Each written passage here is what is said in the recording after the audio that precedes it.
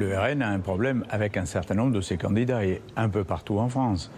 Soit sur des propos racistes, soit sur des propos antisémites, soit sur des propos homophobes. Il y a toujours des candidats qui, eux, sur leur statut Facebook ou dans leur déclaration, restent ce qu'ils étaient il y a 20 ans.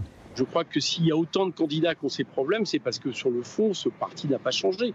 C'est toujours un parti extrême droite, raciste, et ça rejaillit à la moindre élection. C'est très difficile quand on choisit un candidat d'avoir une analyse quasiment policière du parcours du personnage. Pour être très franc, des cons, il y en a partout, quoi. Vous imaginez qu'on a le monopole, qu'il n'y en a pas chez les Républicains, qu'il n'y en a pas chez les Insoumis, qu'il n'y en a pas...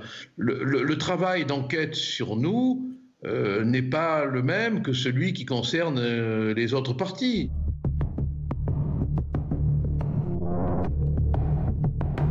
Ça appartient à notre temps, parce qu'il n'y a plus de barrage idéologique, je trouve, entre le RN et la droite, et même malheureusement entre le RN et certaines mesures gouvernementales.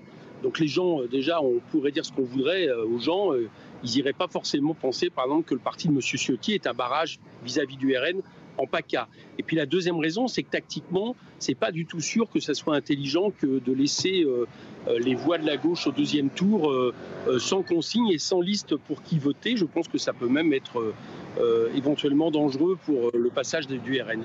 À mon avis, ça ne marche plus du tout, mais plus du tout. Les gens se marrent quand on parle d'un front républicain, si vous voulez. C'est le front des cocus. Voilà.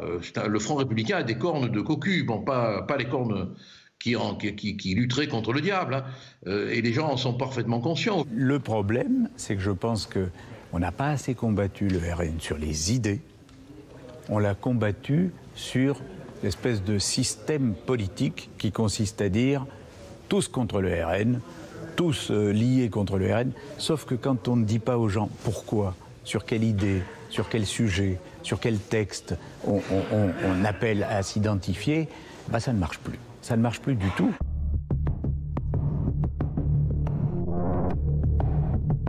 Pour rediaboliser quelqu'un, il faut vraiment que ce soit une fabrication psychologique. Et je plains M. Darmanin d'avoir tenu ce propos, parce que dire d'un mouvement politique qu'il est satanique, c'est quelque part armer la main peut-être de gens très violents. Moi, j'aurais pas utilisé ça, parce que je ne suis pas absolument convaincu que le satanisme ait à voir grand-chose dans le débat public ou politique.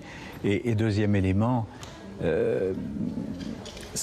ça me gêne parce que, comme je le disais, c'est ce côté tellement trop que finalement, beaucoup de gens se disent c'est trop, donc ça veut dire qu'on peut aller voter RN.